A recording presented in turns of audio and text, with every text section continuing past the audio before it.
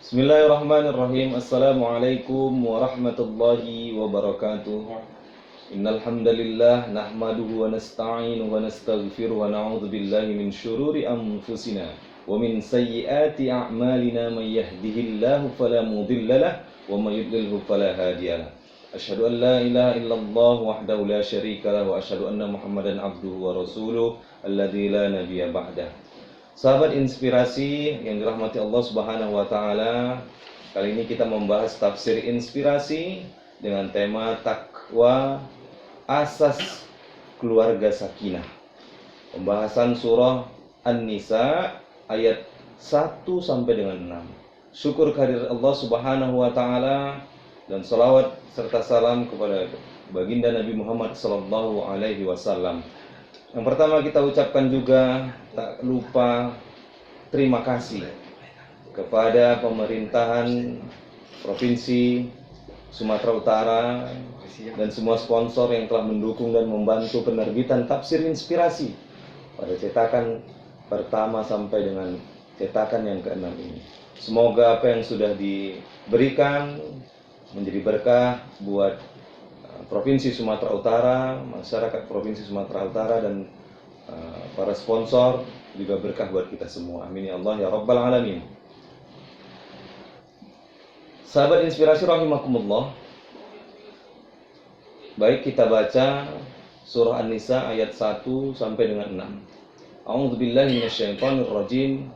Bismillahirrahmanirrahim. Ya ayyuhan nasu taqu rabbakumul ladzi khalaqakum min nafsin wahidah wa khalaqa minha zawjaha wa batha minhuma rijalan katsiran wa nisaa wattaqullaha alladzi tasaaluna bihi wal arham innallaha kana 'alaikum raqiba wa atul yatama amwalahum wa la tatabaddalul khabitha bit thayyib wa la ta'kulu amwalahum ila amwalikum innahu kana huban kabira wa in khiftum alla tuqsitu fil yatama fankihu ma taba lakum minan nisa'i matna wa thulatha wa ruba' fa in khiftum alla ta'dilu fawahidatan aw ma malakat aymanukum dzalika adna alla ta'ulu wa atun nisaa sadaqatihinna nihlah fa in tibna lakum an syai'in minhu nafsan fakuluhu hani'am mari'a wa la tu'tus sufaha'a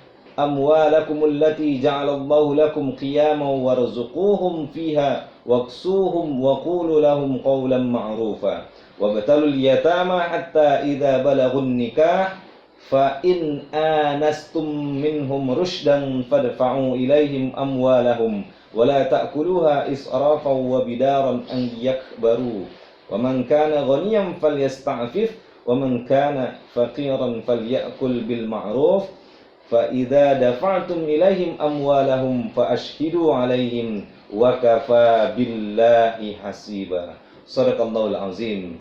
Sahabat inspirasi rahimakumullah, ayat pertama surah An-Nisa. Ya ayuhan nasu taqu rabbakumul ladzi khalaqakum min nafsin wahidah wa khalaqa minha zawjaha wa batta minhuma rijalan katsiran wa nisaa wattaqullaha alladzi tasaaluna bihi wal arham innallaha kana 'alaikum raqiba.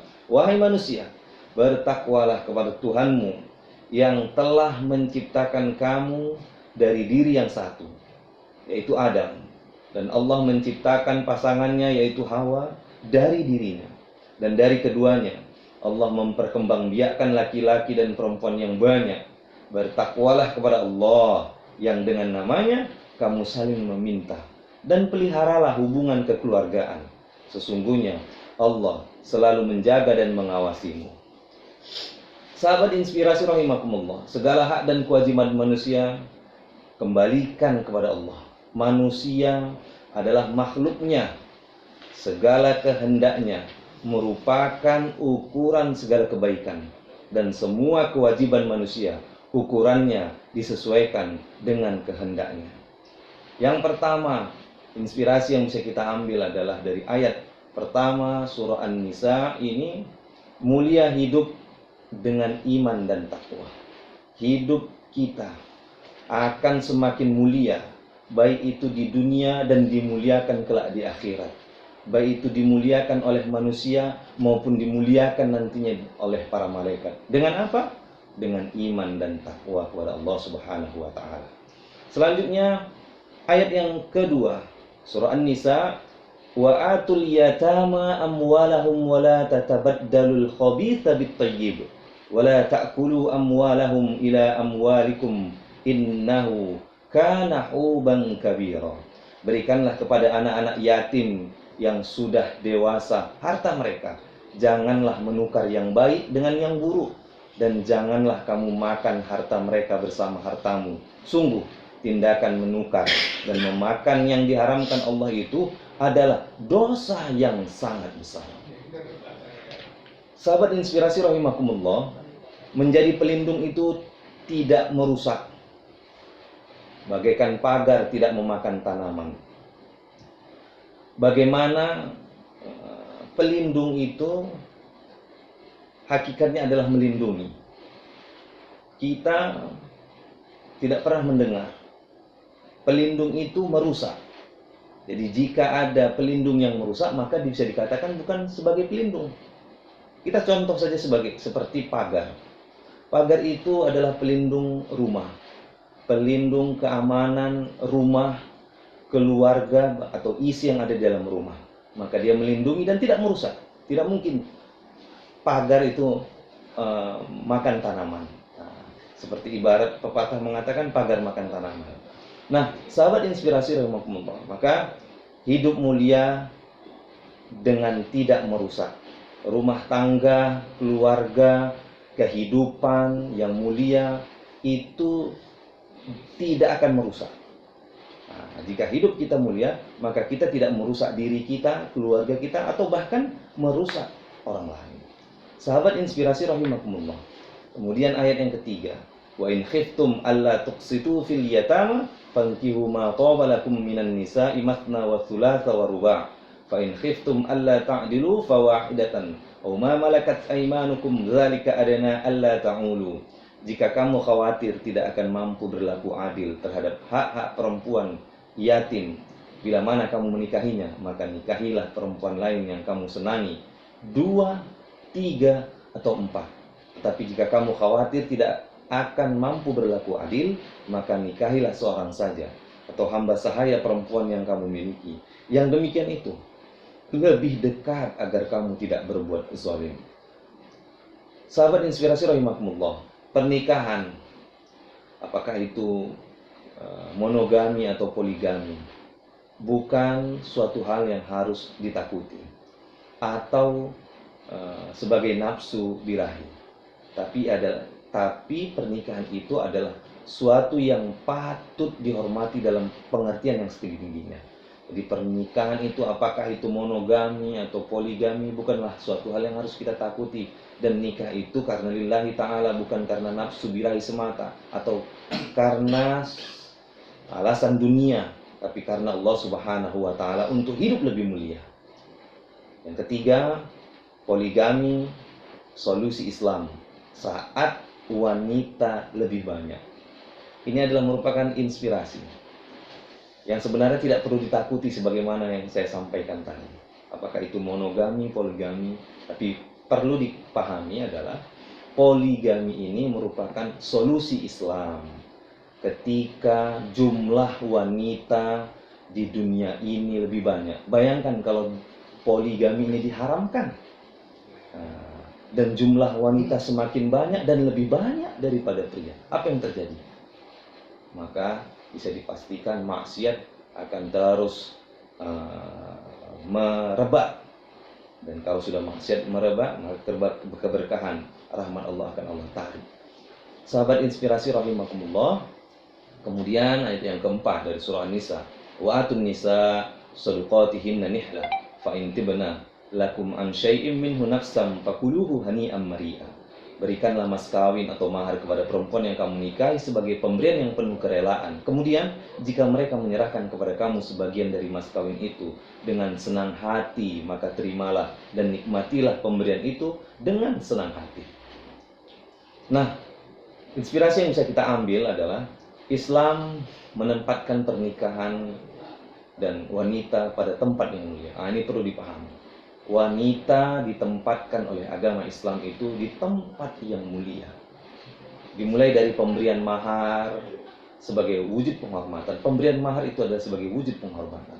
Jadi bukan karena monogami, poligami atau pernikahan itu lantas wanita itu terzolimi, tapi Islam sendiri, agama Islam sendiri jelas-jelas menempatkan pernikahan dan wanita itu di tempat yang sangat-sangat mulia. Sahabat inspirasi rahimakumullah, yang keempat, pemberian mahar itu adalah merupakan wujud penghormatan. Jadi